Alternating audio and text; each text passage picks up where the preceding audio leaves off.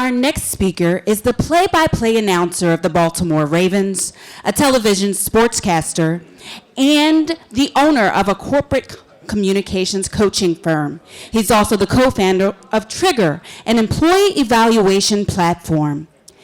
He's also the New York Times best-selling author of Forgotten Sundays, a coming-of-age book about growing up on the sidelines of the NFL and how men teach boys to become men with their decisions and actions as the primary teaching tool. He is talking about the impact of Alzheimer's on the family of Alzheimer's victims, an experience he unfortunately has gone through and shares with millions of Americans. His talk is titled Forgotten Sundays, How Legacy Heals What Alzheimer's Steals. Please welcome to the stage, Gerry Sandusky.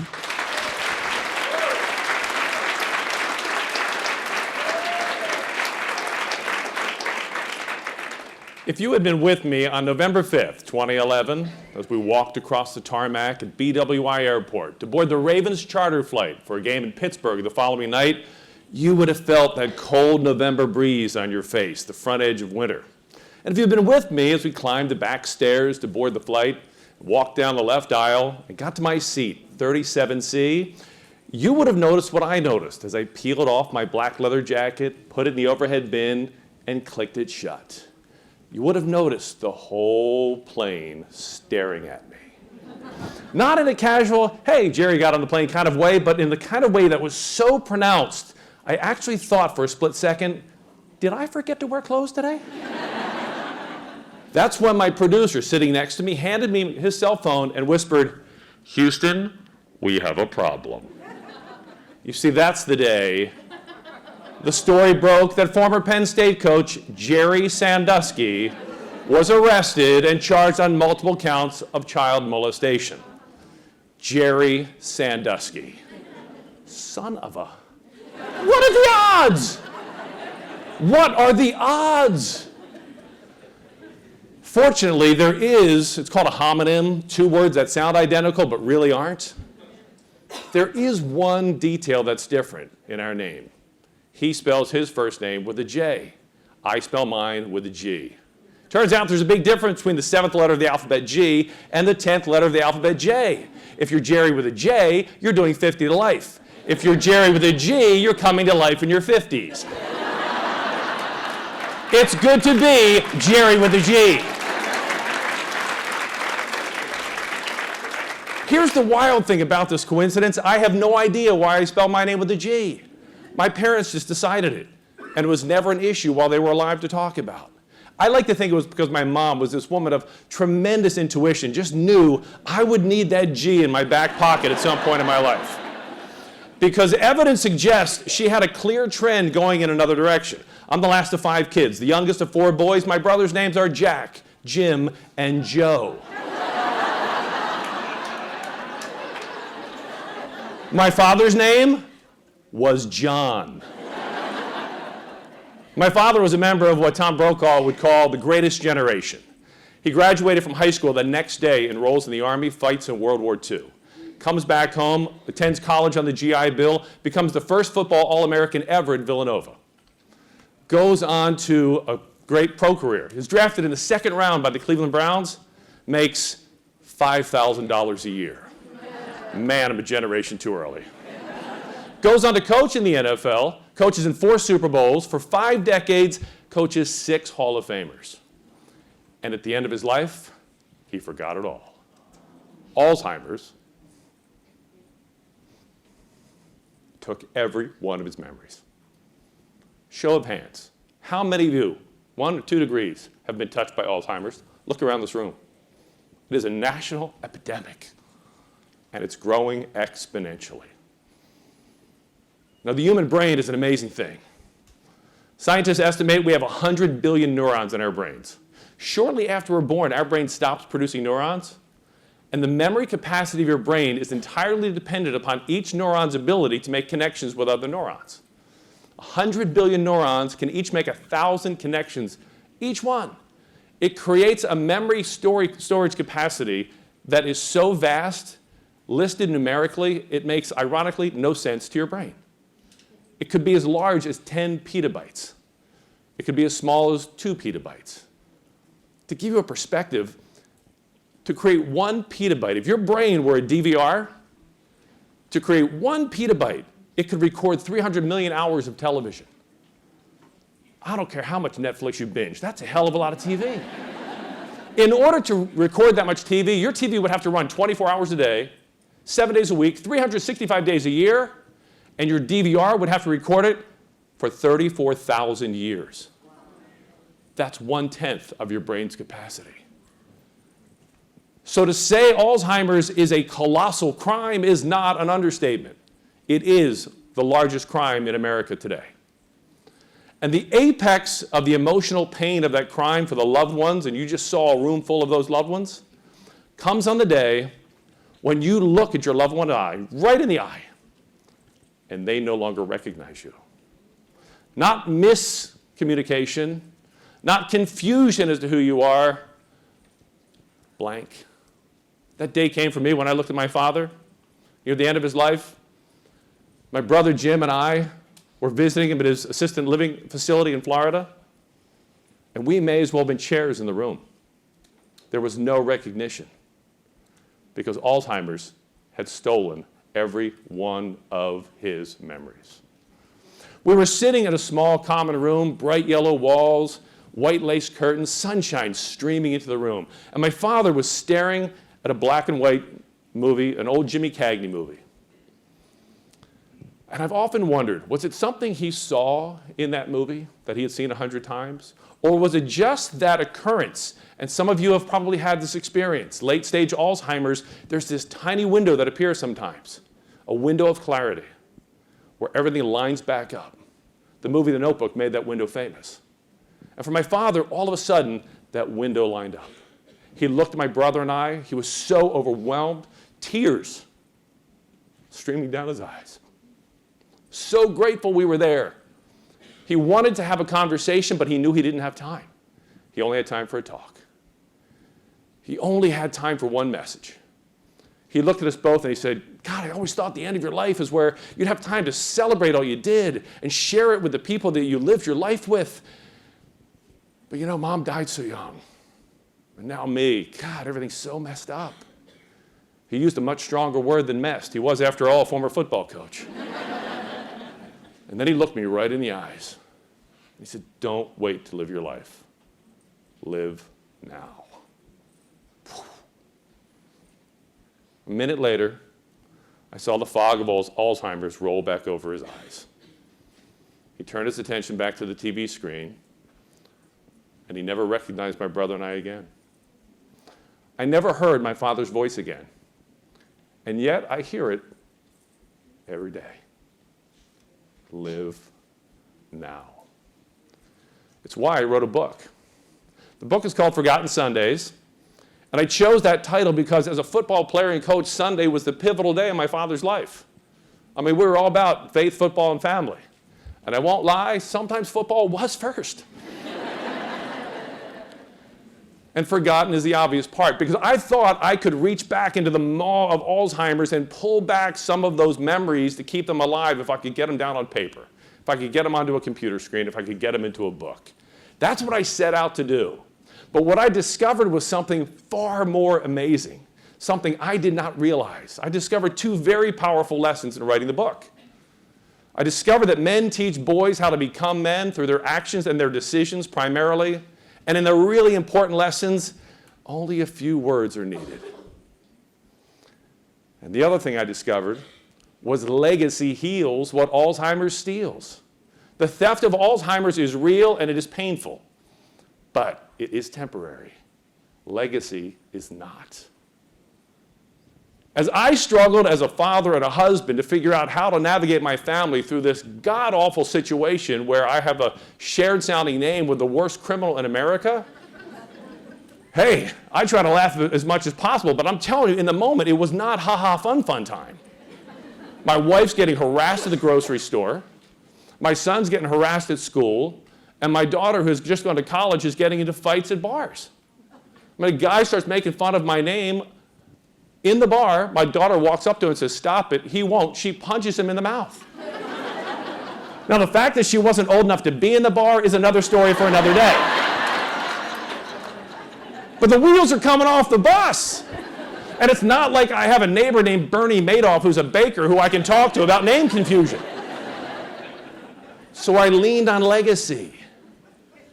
And I learned from legacy. And I learned from a lesson that my father taught me when I was in 3rd grade. And the Baltimore Colts played the New York Jets in Super Bowl III. My dad was an assistant coach on the Colts. And I was going to be the first 3rd grader at Immaculate Heart Elementary School that had a father with a Super Bowl ring. Talk about show and tell. Except for one small problem. The Jets beat the Colts. What are the odds? The biggest upset in NFL history. We get back to school the following week. First day, first class. Kid named Tommy Cavell. I remember it to this day. Big athletic kid, blonde hair. Starts bad-mouthing my father, making fun of him for losing Super Bowl III. I walked across the classroom like a good Catholic boy, and I punched him in the mouth. My daughter would be proud. I thought for sure I'd get sent to the principal's office, but my teacher was a Colts fan, so I didn't. But there was a call made home unbeknownst to me. And the next day, my father dropped us off at school. 5 kids all piling out of the family car. A Vista Cruiser station wagon with wood on the side. We were so proud of that car. I'm the last one out. My dad looks at me and he goes like this. And he points to the passenger seat next to him. When my dad gave you one of these, it meant we were going to have a talk. He was going to talk and I was going to listen. And he said in a tone of voice much softer than I would have expected, because of the Super Bowl, you're about to discover there are a lot of jerks in the world. You can't punch them all without becoming the biggest jerk. And that's not who we are. Am I clear? Yes, sir. I thought my father was just trying to get me through 3rd grade. He was actually, through legacy, giving me the one tool I needed to navigate my family through the straits of hell caused by my name confusion. I called my family together. We sat down. And I said, look, because we share a same sounding name as America's most hated criminal at the moment, you're going to discover there are a lot of jerks in the world. And, looking at my daughter, you can't punch them all without becoming the biggest jerk of all. And that's not who we are. You are part of a bigger legacy. Am I clear? Yeah, Dad. A few years later, not even a few years, a few months later, it comes to my attention that I'm in position to land my dream job. My dream job is to be a play-by-play announcer in the NFL at a network level. I've had that dream since I was a little kid and my dad was a coach. I grew up listening to the greats like Kurt Gowdy and Marv Albert, Dick Enberg. I wanted to be one of those guys. And I am finally at the cusp of my dream job. When I am told in order to have that job, I'll have to change my name. What are the odds? How do you navigate that one? Who do you turn to on that? My neighbor named Charles Manson, the carpenter? No. I had no idea. So again, I leaned on legacy. And legacy taught me exactly what to do. And it taught me in the blink of an eye. Come back with me to 1972. My father is the interim head coach of the Baltimore Colts. It's the last home game of the season. The Colts are playing the Buffalo Bills. Just like today, back then, having a father as a head coach was a big deal. The difference is he made $35,000.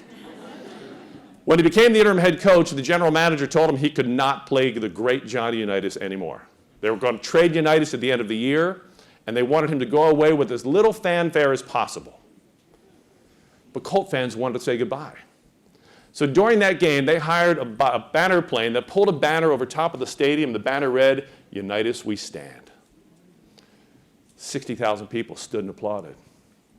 My dad sees this. 4th quarter of the game, he puts Unitas in. And Unitas, on his final pass as a Baltimore Colt, throws a touchdown. The place goes nuts. The Colts win. Great ride home from the stadium in the Vista Cruiser that night. We get to the kitchen later having dinner. My dad sees, I was a nervous kid. My dad sees me looking a little tense. He goes, "Hey, buddy, what's wrong?" "Kind of worried about your job. Your job, Dad. I'm all twisted up." "Calm down, pal. What's wrong?" "Well, didn't your general manager tell you you couldn't play Unitas? You might get fired." He said, I might. He said, but sometimes in life, you have to ignore what you're told, and you have to do what you know is right. Unless it's your mother that's telling you what to do. We clear? Yes, sir. That's the power of the big lessons only requiring a couple of words. That's the power of what he gave me. A couple of decades later, many years later, he's winding down his coaching career as a Miami Dolphins assistant coach, and I'm starting my broadcasting career. And I get to interview my dad, talk about a pinnacle of your life. One of the great moments of my career, I will treasure that to the day I die. I'd always known my father was this great coach. I'd grown up around it. I knew the vastness of his football knowledge. But now, in the bright lights of television, I got to see the poise this man had. His ability to stand up to a moment, to command a room. He had all the intangibles great leaders have. And I was so mad he hadn't been given the chance to be a head coach long term. We get done the interview, and I asked him, I said, if you could go back to 72, would you change your decision?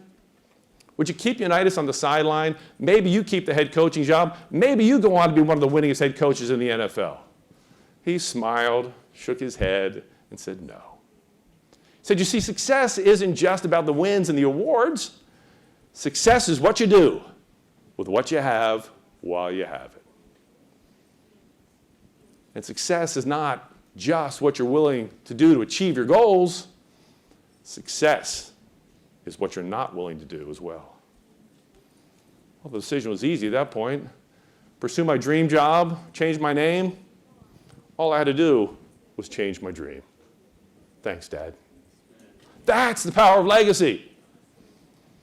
That is the power of legacy. Each of you will leave a legacy. All of us in this room, one day will leave a legacy. And I believe there are 4 great legacies. Most of our legacies will be bits and pieces of each of the 4, but one of the 4 will dominate your legacy. And the 4 legacies are the outhouse, the greenhouse, the courthouse, and the lighthouse. The outhouse is the toxic person that is full of shit. Oh, you know this one. And their life is a waste. You want to stay out of their way. The greenhouse is the cultivator, the coach, the parent, the mentor, the neighbor, the person who identifies ability in other people long before they even know they have it. And they cultivate that, they grow that, they help people develop along their way. The courthouse is the person who amasses position and power, even fame. But the question is, do they create inspiration or intimidation? That's for you to discover along the way. And the lighthouse, what I believe is the greatest of the legacies, the lighthouse is the person who has the poise and the power. The power to stand tall in the face of the biggest storm. The power not to buckle to the storm, and the poise not to fight it, but to merely shine his or her light as bright as possible to help others find their way. These are the 4 legacies. You will leave one of them.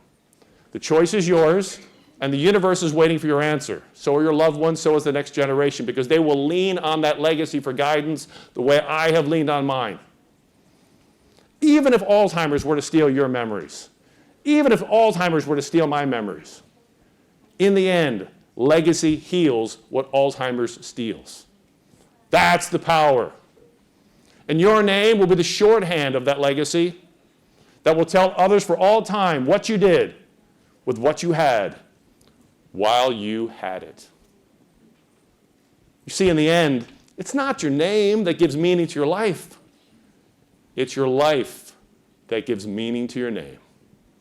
Which is why, after all of this, I am still intensely proud to be named Gerry Sandusky. But I am unbelievably grateful to be Gerry with a G. Thank you very much. Thank you.